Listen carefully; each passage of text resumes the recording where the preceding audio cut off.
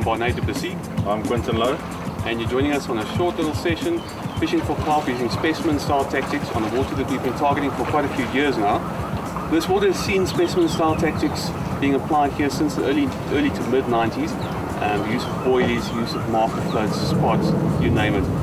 Okay, what are we going to do on this session? We're going to fish with boilies, Berkeley's new boilie bait, and hopefully we can help you guys to catch and land more fish. I've been using boilies for many years. I've been using many different kinds of boilies. We've been using these two flavors that you see here in front of you, ranging right from the Irish cream through to the fresh fruit, then down to the tuna, spicy tuna mix.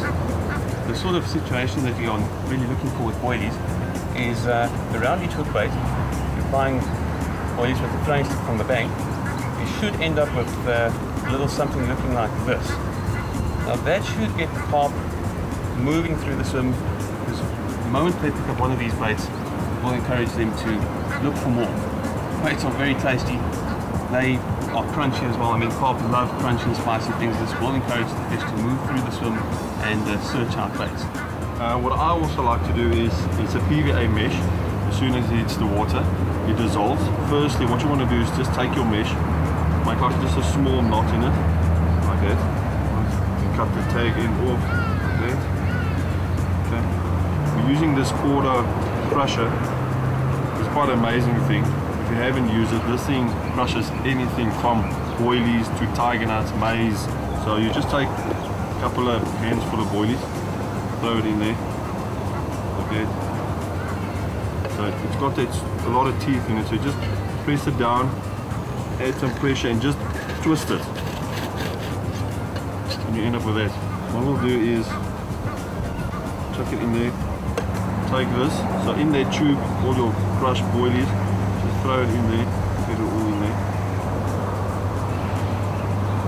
Okay, so we've inserted all the crushed boilies in there. So we have this little like a compressor stick, it's the length of that tube.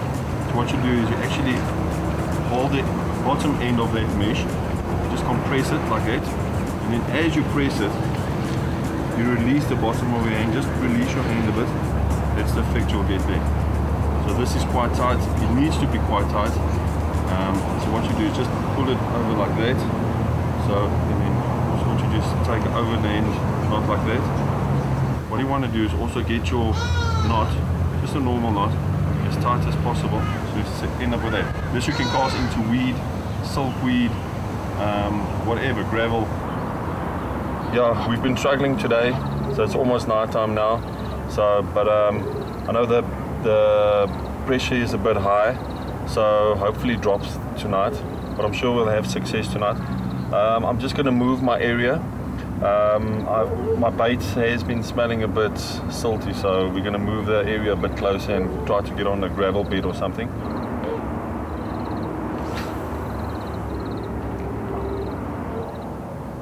In this situation, you really appreciate a smooth drag. I tell you, there's quite a bit of pressure on this rod at the moment. It's just holding its ground, slowly making its way toward me.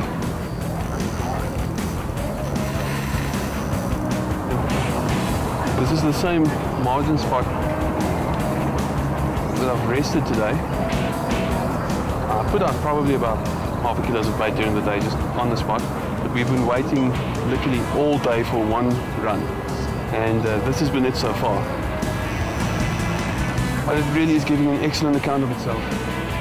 Some of the viewers might be wondering why I'm tipping or dipping the rod tip in the water and lifting it every few seconds.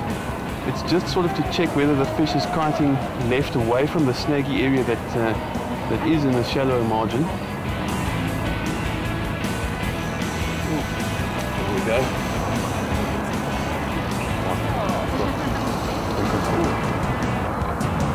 Making huge whirls on the surface, probably about 15 meters out, 15-20 meters out.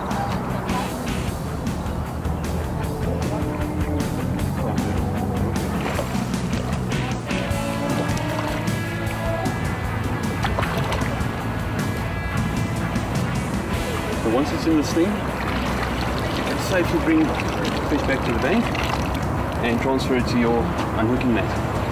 we should be wet already. It's always good to find yourself a little hollow spot in the bank to actually put your hooking net in. I really can't believe a fish of this size gave such a good count of itself. 5 to 6 kilos for those that work in metric.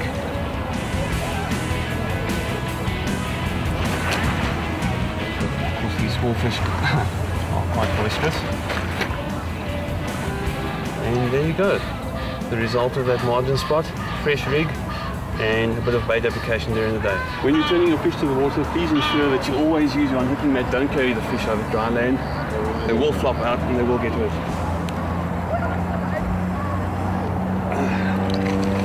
And let them swim back on their own steam. Well, at last we had a result, so let's hope we can improve on this tonight.